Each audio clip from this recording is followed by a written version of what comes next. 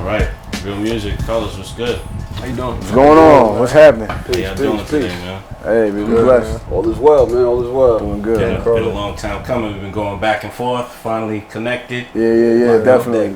Yeah, absolutely. All right. So, introduce yourselves first off. All right. I'm K Proetic. I'm a fourth of the Real Music team.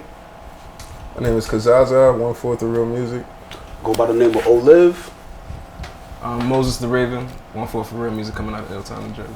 All right. So, I was going through the YouTube timeline. I seen y'all been together for a while. I saw 5 years, some older videos. Yeah. You know, going through. I watched. I was telling you, I listened to another interview y'all did, and you were telling me I heard a story. Now we were just talking about y'all getting in trouble on your way to Dunkin' Donuts. Yeah. This was in Jersey, right? Yeah. It Right. was in East Orange. East Orange. Yeah, that was a crazy ass time, man. This was a long time ago, or? Yeah. It was what? It was like 2009. 2009. So it was a minute ago. That was graduating. We'll come back to that. We'll spin the block on it. The story had me when I was listening to it. That's why it's fresh in my mind. Yeah, I understand. Yeah, we'll talk about it. So, tell me now about the music, man. Y'all got some projects out individually? Yeah. Absolutely. We so our collective is really like, we had put out a project as, all four of us, some time ago, and we took some time to do a lot of our individual work. And I guess we developed like our individual sound over time. Moses the Raven, that's our producer. Like, so just about everything that we do, he's created. And we got Olive here, Zaza and me. Like, I put out a project last year. So did Mo. I got a project out called Beautiful Dystopia. He dropped a project called Girl. He dropped a project called Plus. Yeah, I always like to compare our format to like it's like a Loxish type of format because we all have individual products. Yeah. You get what I mean? And projects. But we also have our group projects and products that they, that group us together because it's, that's where it started. Yeah. Right. So now, I read that 2 of you started out and then 2 more people kind of came on. Tell me how it all came together. Like. Yeah. You want to get into that? Like how the formation? So, we've been doing this for a long time. When we formed, I guess when the group first started out, this dates back to like 2001. Just us, just kind of being kids rapping. It's me, it's my brother, and my younger cousin Corey. That was like us, pretty much just doing our thing, playing around. And playing around. But then over the years, we kind of chose to take it a little bit more seriously. That's when Zaza came around. He was already a dope rapper already, family. So he joined in with us. We kind of had like our little 4-man team. So it was the 3 of us and our other cousin. That was our first group. And then once things kind of like progressed more, most Ravens a few years younger than us, but we noticed like his talent and his growth kind of superseded a lot of people. Like he got really good really fast. Yeah. Fast. So I want to say like around 2009, once my other cousin Corey, he kind of chose to focus on other things. Mo kind of picked up the ball and focused more onto the graphics, the rapping, and so we formed a group in 2009, and that's where our Real Music kind of came apart. So now it's the 4 of us, going strong. All right. So how are things progressing as far as the career, the music? How is how y'all finding navigating through the bullshit? Let me be honest, Yeah. How I would best describe it is like it's been up and down, but understanding what you want out of music and how music is presented has changed. And your perspective changes when you start to take it as a career path. Like, like for instance, I would say in the time of early times, thinking of rap, it was just something we enjoyed, and we felt like if we got really, really good at it, we just get picked up. Like people just get picked up out of the sky, and you know what I mean? Like you just take some money. That's how it goes. And it's like nah, bro. You're independent. Oh, you got to do marketing. You got to do this. You got to do the graphics. We got to get a studio. We got to get a label. You got to, you know what I'm saying? You got to do all this. And it's like, which parts do you want really to have? What do you want to own? What do you want? You know what I mean? Everybody's thing is different. So I've already, to me, my first thing was, if I could ever get a sandwich off of this thing, you know what I mean? I'm happy because before it was just nothing. You know what I mean? We just go around the shows and we just, you know, and it's done that for me now. And I'm like, you know, I'm more than satisfied with what music has done back for me. So I really think it's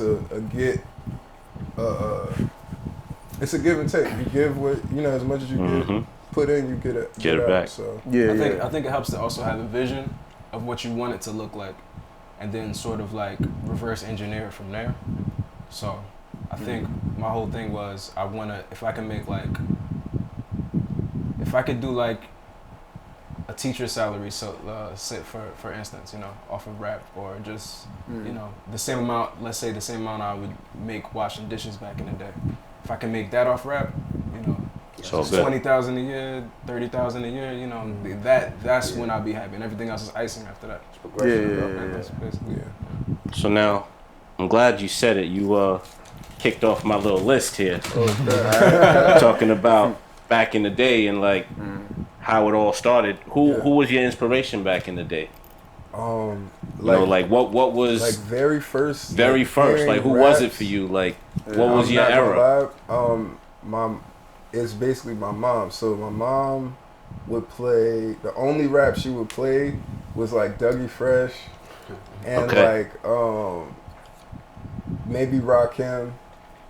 And I heard Pac, and she heard me rap Pac before, and she was like, nah, like, you know what I mean, you can't rap that or stuff like that. So she knew I had interest in like rhyming words. Like, that was always like a thing for me. So I'm like, those guys were like masters to me, like the way they just played with words. I'm like, this is amazing, you know. And it was the only thing you could feel something from, you know, like you feel these things from these people, you know. So you agree that right now the feeling ain't there? Not with everybody, but all right. These guys have raw emotion. That's why it's winning to me. It's like a lot of the technique is not there, but they have raw emotion, and that's why I believe it's actually catching, because some people that are technical are not giving that emotion up. They're like really, they got. That's a good way to look at it. You know what I mean? They're not, you know, and that's what it's about. We're trying to give you some type of something to feel, you know, and you know, no matter how they get it, they're gonna get it, you know. So. What about you guys? Who else like influenced? Influence in regards to. Like back in the day, were you recording songs off the radio, making mixtapes, that type of shit? Yeah. No, we definitely did that. Definitely did that. Around like so 2000. Like for me, it was Chuck Chill Out. Okay. The Sally Crack remix. I was going crazy in the house. Like, I caught it. Yeah. What's give me a memory like that for y'all? I got a couple. I remember. I would say like for me, it started. Cause I got into hip hop like early 2000s. Well, for me. So like 2003 is when I started like when I got, that was the year when I was like, okay, I'm only listening to hip hop and hip hop only. I remember like when songs like What We Do by Freeway. If a sneak start leaning and I stop working, then my start working, I'm a person. Whatever Fabulous had out at that time, I recorded that. Or anybody like, there was just a lot of good music for me that year. And whenever it came on the radio, I was, you know, I would run, hit record, stop it, hit record, stop, make my own little, like, with the actual cassettes, because I had, like, this little kind of boombox thing that I had, like, I think I got, like, in 99, like, and I think it still worked today, by the way, but, like, yeah, like, but those, I remember those records, I think I was around the time I was, like, 12. That's crazy. Those records, I was like, yo. My mom just found mine. She took a picture of it. You still got your? Yeah. It's crazy. Like, what, your radio? It was quick. Yeah, the shit that Does it work? Save it, miss, because you can't find those nowhere anymore. You gotta keep those forever. Those like a King Tom can't find a boombox anymore. Yeah, nah, that's a fact. And it was such a legendary part of hip hop. And just to add on to what you were saying, some of the moments I remember too was I know like 106 in Park, the Freestyle Friday battles, Rap City. Those were like the moments that I always put myself. I kept saying one day I'm gonna be in that basement. One day I'm gonna be in that basement rapping my heart out. Against Big Tigger. One day I'm gonna be. You know, I remember watching like back in this had to be probably 2001, seeing Jen, one of the Freestyle Friday competitors, go up against a guy. That's when it started. That was my first time seeing like a rap battle, and I was like, my mind was blown. I'm like, yo, this is that was flawless what he did. I'm like, I wonder if I could do something like that. It was Jin and Skyzoo. Jin battled a dude named Skyzoo from Brooklyn. They went at it, and my cousin Dominique, she's the one that basically introduced me to hip hop. That battle was playing. Jin was going back and forth with him. And he said, I got fans across the country. Jin is who they feeling. Last time you had a fan, it was spinning on the ceiling. And she was like, yo, by the way, that's a punchline. Y'all got to start writing stuff like that. And that was like the first punchline I remember. And I was like, all right, so metaphor, stuff like that. Because I was writing before then. We had started writing when we was like 11, 12. But when I watched that battle, it changed everything. I was like, yo, I got more such than this. You got more this than this. I got more that than that. And then that's when, Cash was big at the time. Then Banks came out. It was all about you got to hit heavy on the 2nd, 4th, 6th, 8th line. Like you got to hit them hard. But that battle kind of started that for me. Like regards to like writing punchlines and stuff like that. Did anybody DJ? Any of the producers? Did you DJ before producing? Nah. No. Never got into DJing. No. Always wanted to. But I never took it down. That's where I was going. Like, I always thought. I always felt like I should. How old are you guys? I'm guessing 30s. Yeah, like early 30s. Because I'm about 42. Okay. So now, DJing, I think my era was the last that dealt with DJing, trying to go and get techniques and all of that. Good point. And then it started to turn over to, the MP3s and the CDs. And a lot of producers were DJs first. Yeah, true. I noticed that. Yes. I was watching the DJ conference at Revolt Summer a couple years ago, and every single DJ was Manny Fresh, Guru, even Guru. They were all DJs. Beats by the Pound, they were all DJs first. Oh, wow. Listening to the sound, knowing the records and knowing the beats and the kick that, and then naturally you just be like, I could do that. I could do that, exactly. Yeah. We had like freaking group favorites too. Like we freaking listened to Papoose, like freaking Papoose, Eminem, like purest rap, like purest freaking Papoose, Eminem, Nas. I'm gonna put you on the spot now. You said those two names. All right. Papoose or Eminem? That's a hard. All right. I'm gonna give it to. Eminem. I might have to give it to. I'll give it. I'll give it to M. Like as far as technical proficiency. Yeah, but they both got that crazy. Yes. M got it. The only thing that M got Pap on is probably like I would say actual song structure. Yeah. Like the actual songs that M created. I don't know if that's why we have to choose M. It's hooks. It's about doing the whole story. Storytelling as well. Absolutely. Putting the whole record together. I think he got that over Painting Pap. the picture, But Pap, even though Pap does it, he was. He's doing it well. It may not be as catchy. We drop a mic in the middle of this room and they both in here. Who's eating who? Damn, you know what's funny? Today, damn. I think it'll be. You know what's so? I hate to say this. You know what's so crazy? I feel like they were both. They were both to me much better back. Like if we was having this conversation in 05, I'd be like, it'd be better to right now. But they still both snapping today. They're still both great. But they still both snapped. M went crazy on the level they were at that time was more. I was more impressed with it than from what I heard currently. But I don't know. Pap had a mixtape every fucking week. No, he did. Pap was going crazy. He never left you bored, bro. No, he never did. Kept going, Yeah, he kept at it. Oh, Pap got another thing. Like, oh shit. In regards to today, like right there, like we talking about a 40-year-old Papoose and I think almost a 50-year-old Eminem right now. Like I honestly, they would have to. I think right now, I ain't gonna lie, it'll probably be a toss-up. I would just have to hear it when I heard it and be like, okay, you was better. He dropped 12 albums last year. He did. He got an album every month. He got an album every month. And he named it after the month. He dropped the album called January, February, March. Yeah, he did. I didn't listen to any of them joints. Yo, I haven't. Yeah, I gotta check them out. I didn't even know. It was just a Spotify fact. Like, yo. Yes. Yeah, facts. The most albums. Only person that ever did that. Dropped in 1 year. Yeah, that's crazy. That work ethic is. And it was like full albums, full joints. Original beats, all that. Like that's. So how did y'all get into producing? Y'all just go ahead, Mo. You really the producer. All right, so in the beginning we was going to SoundClick. Yeah. We were on SoundClick to get our beats. Finding guys who were undiscovered. The YouTube type beats wasn't really a thing at the time. Nah, not then. Not at that time. Nah. I mean, they had a couple. We had Bernsey. But it was before. SoundClick was where it started. Right? That was his name. Yeah. Bernsey. He kept going. B Records. He kept going to his thing. But he had things, but I just kept coming up with different ideas. I'm like, it would be hot if this was happening or this was happening. But my father had all the stuff at his house. Like he would be making beats and stuff. so your father was into production. He's a he's a house music producer. Okay. So you were born into it. Our family always had the But every once in a while, I'll be like, yo, Dad, let me mess with the equipment, you know what I'm saying? I was always scared to ask him, but, you know, one day when I finally asked him, like, he was pretty cool about it. I'm like, all right, cool. So, you know, I try a couple things, and I play it for everybody, and they be like, yo, this is hot. I'm like, oh, all right. And then, how old were you when this was happening? How old was I when this was happening? This is 2000. I don't know, 15, I know you still in high school. 8. Oh, yeah, I know you still in high school. 2008. Yeah. 2008, yeah, it was 2008. And, yeah, I was doing that. I was working with GarageBand.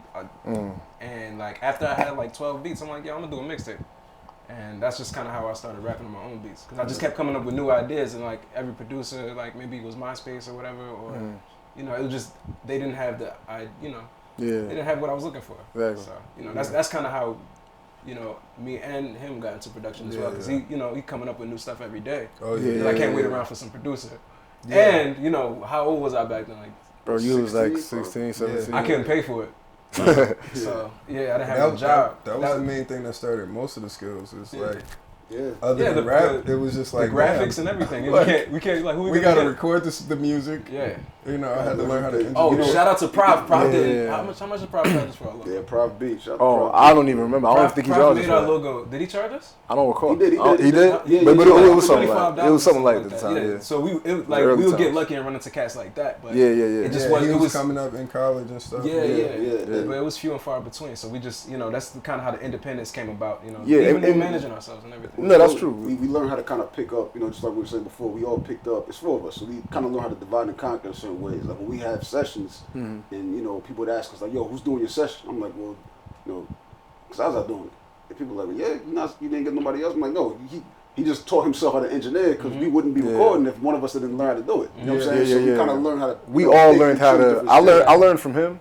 Like how to engineer. I just started watching him on like back when I was like 18 and stuff. Like I watched him on like Logic, so I started like engineering some of our like group sessions. And I learned a lot of production off of Mo. Yeah, because he was exactly. He was already doing it, and he had like the machine. You know what I'm saying? He already had it and stuff like that. I'm so that's the benefit of being part of a collective, because we kind of just bounce off each other for what our needs are at the particular time. Spread the intellect, Exactly. Like if I got a single dropping, all right, I can go to him for the beat and the graphic. And then I could, if I want to do it here, I'll talk to him. All right, you engineer the session for me.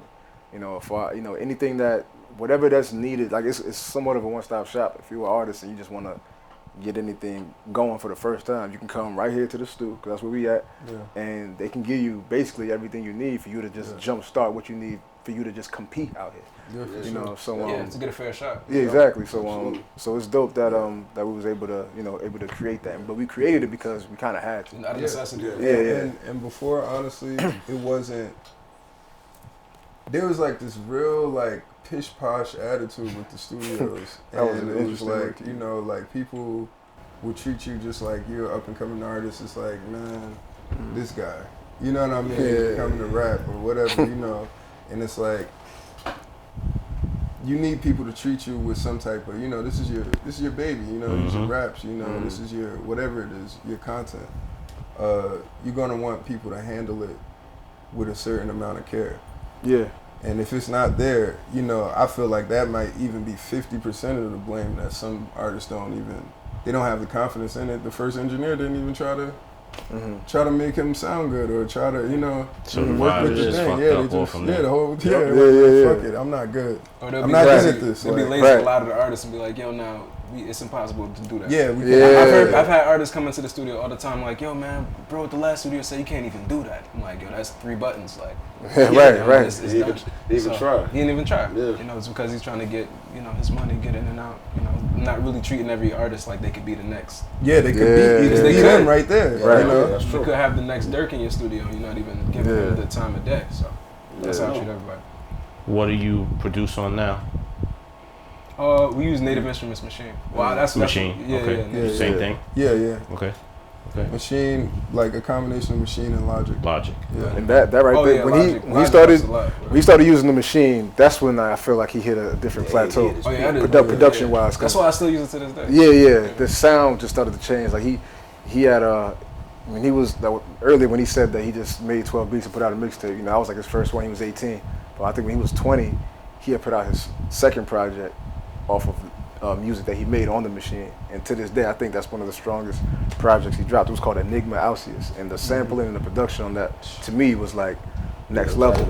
Especially for somebody at his age. Yeah. You know, so using the native instruments, that I think that kind of leveled up in regards to like our sound. Like a Machine 3 or something?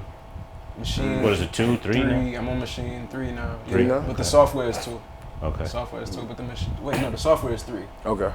Which one is that? I don't even know. I think you got a Machine 7 over there. The fucking it's the Dynamo. You got a Dynamo, yeah. Oh, word? I didn't know it was a limited edition. It's only 700. Did you ever get into any of the Akai stuff, any of the MPCs? I tried. But want to know what Machine has over everybody else? They started off very simple. There was only a couple of things you could do, and as the iterations kept coming out, they added just small things to it. Now it's very complicated if somebody got into it, but it was good for me at the moment because they're a brand new company. I think they started in 09. I think they started in like 08 or 09 or something like that. Like Native Instruments has been a thing for years, but they hadn't had like a production suite. So they just started that at that time. It was very, very simple. You couldn't even do everything. So it was really workflow. By the time I got to Akai, there's already 1,000 buttons you could press, and there's, everybody done thought of everything already, and you get there, and there's like this high and mighty Akai attitude going on in the it was production. like it was like remember A-Rap the chats in the Akai chat rooms. Yeah, man. Freaking. I felt like if you wasn't A-Rap music, Akai high horse. remember A-Rap music used to fucking Like, bro, I forgot about that. Like that shit made that shit look like man. So intimidating. I'm not getting to that, man. I can't even find the sound shit, Right, but yeah, like with Machine, it was just very small, and then it just got large. So I would say the thing that makes it good is just workflow. It's not confusing. You just get in there, you press a button. It's like, oh, all right, cool, and then it just kind of works. I would say Fruity Loops is good like that too. Yeah, these guys kind of carry the load with the production. I started making beats on a Triton keyboard and then like a Phantom keyboard. Okay. That's when I started making it. That was the first thing. And I made like 2 that I actually rapped on when I was like 18, 19. And then when he started getting crazy with it, because he started making I feel like he was making like 10 beats a day in my personal opinion. I was like, all right, man, I got, cool, we good. Yeah, exactly. And I was like, I ain't gonna lie, because production was trying to come up with I always had like different sounds in my head, so I always wanted to get them out somehow. So that's how I kind of started. But the level that he was going, I was like, yeah, he could, all right, bet, we good. He be the producer, he'll carry that load, and then we good money, we good to go.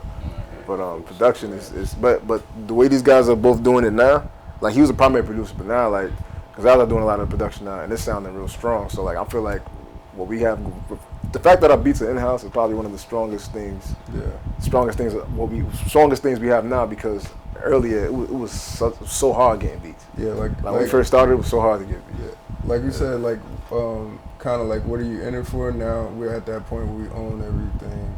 We own the studio, the music, the beats.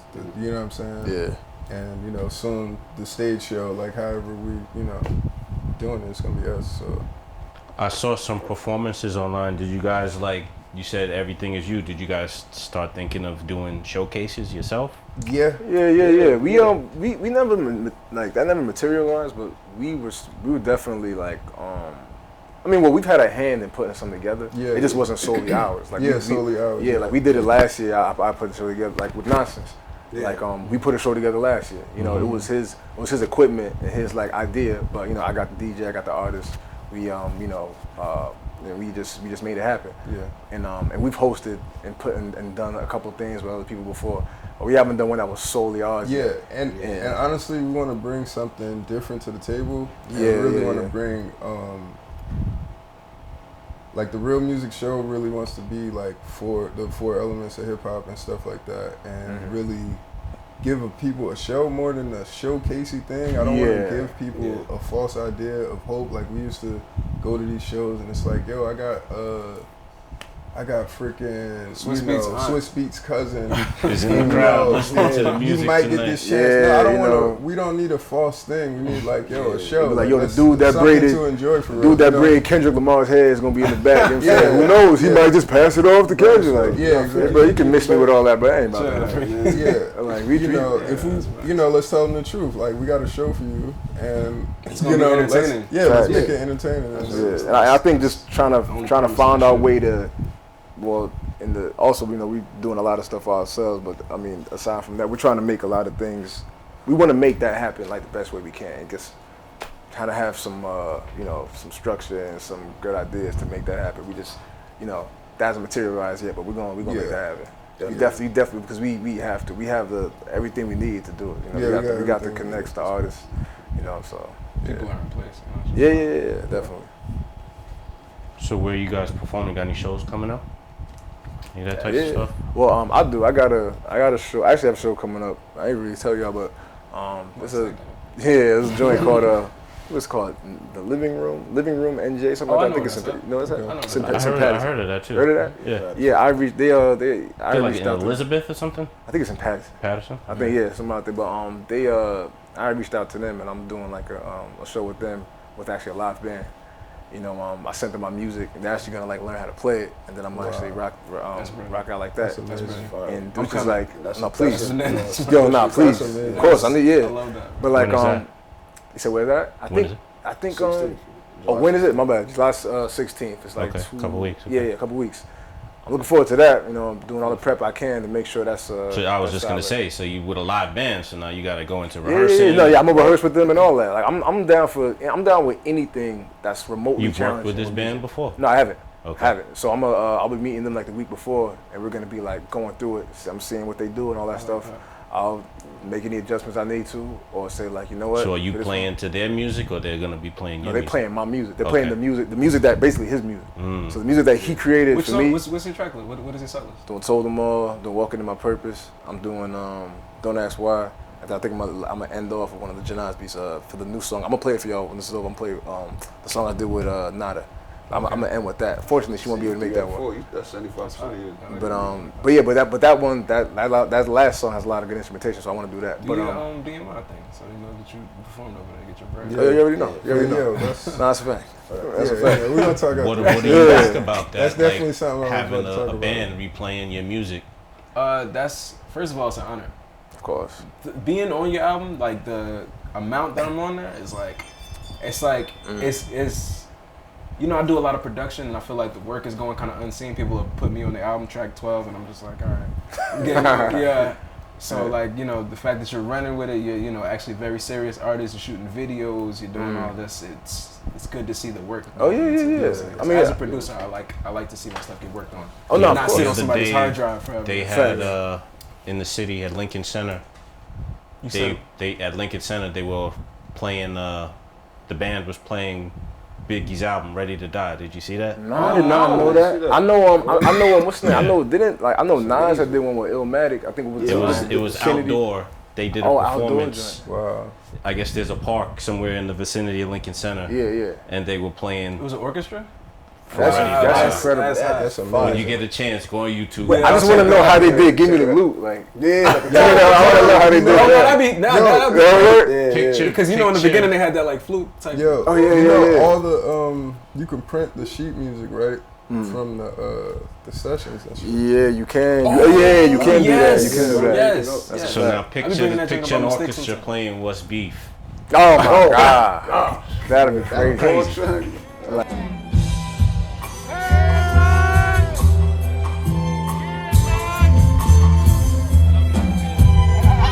It's still like, but I think about like Juicy, One More Chance. Like I hear like the sample R&B instrumentation. I'm like, but when I hear like the rough cut, like the Who Shot You, you know what I'm saying? Like how they do that, you know what I'm saying? Like that, like that's I didn't. Yeah, that's crazy. I gotta check that out. I'm gonna check that out. What's your favorite era in hip hop? Yo, this is a tough one because it's a toss up for me because I really.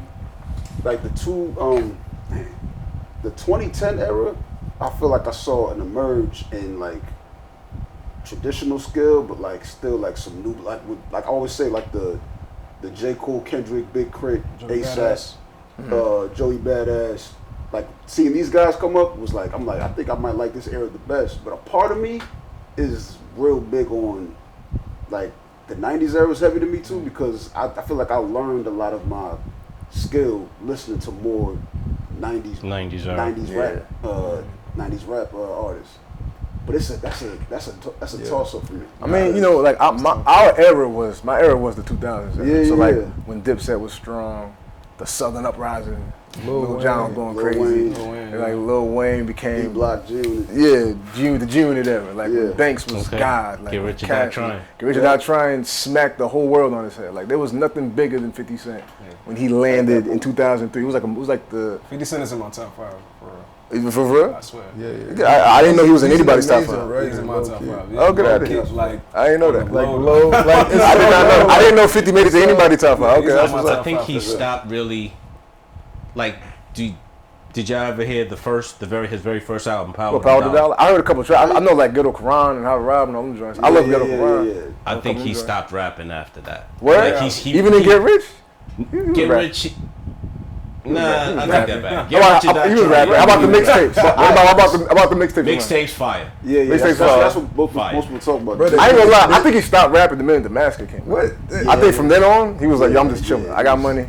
Let me just put one single on here to sell the album. That's it. He came to shop #1 record. So it was off the momentum of Get Rich or Die Trying. He knew it was gonna go crazy. Yeah.